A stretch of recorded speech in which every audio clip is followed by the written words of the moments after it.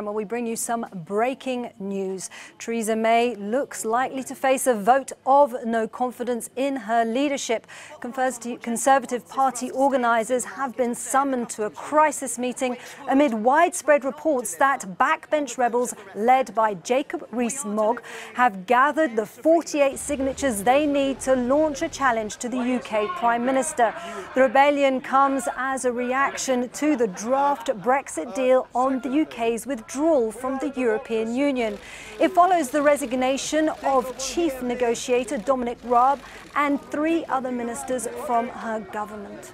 Well, let's head straight to London now, and our political editor, Darren McCaffrey, who's in Westminster, who's going to bring us up to date. Well, Darren, we're hearing about the possibilities of a no-confidence motion brewing. It's a fast-moving situation, clearly. What can you tell us?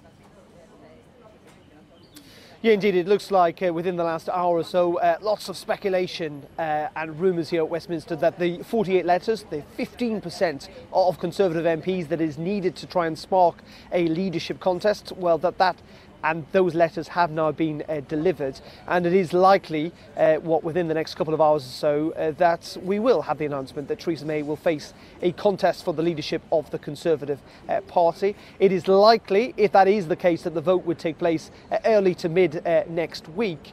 And this is a significant moment for Theresa May. It is not often that leaders of parties are challenged here in the United Kingdom, not least of all when they are Prime Minister. But it is a sign of the discontent, particularly amongst Brexiteers, over this deal that she has struck with the European Union. It will be a further blow to her premiership. Now, it must be said the expectation is that she is likely to win that confidence vote. The key bit will be just by how much. It is a private ballot after all. And there is also a feeling that actually this could strengthen Theresa May's hand, that if she does win this confidence vote handsomely, if it happens, well then people may well look at her and think, well, she is literally the leader of the Conservative Party, the only person who can lead the party. She cannot be challenged under the rules for another year, and that may well prop up her premiership and indeed her deal. Well, we're also hearing news about Michael Gove, aren't we? Can you bring us up to date on that? Yeah, almost. You can almost feel the relief, the sigh of relief from Downing Street here in Westminster that Michael Gove, someone we've been telling you all morning that we needed to look out for today, whether he was going to resign or not, is now actually going to stay in place in the cabinet. He's currently the Environment Secretary. We had learned yesterday that he'd been offered the job of Brexit Secretary given the resignation of Dominic Raab. But Isabel, we've now learned that he is going to stay in the cabinet. He said that he thinks it's important to continue working with cabinet colleagues to ensure the best outcome for the country. This is a very significant, important step for Theresa May.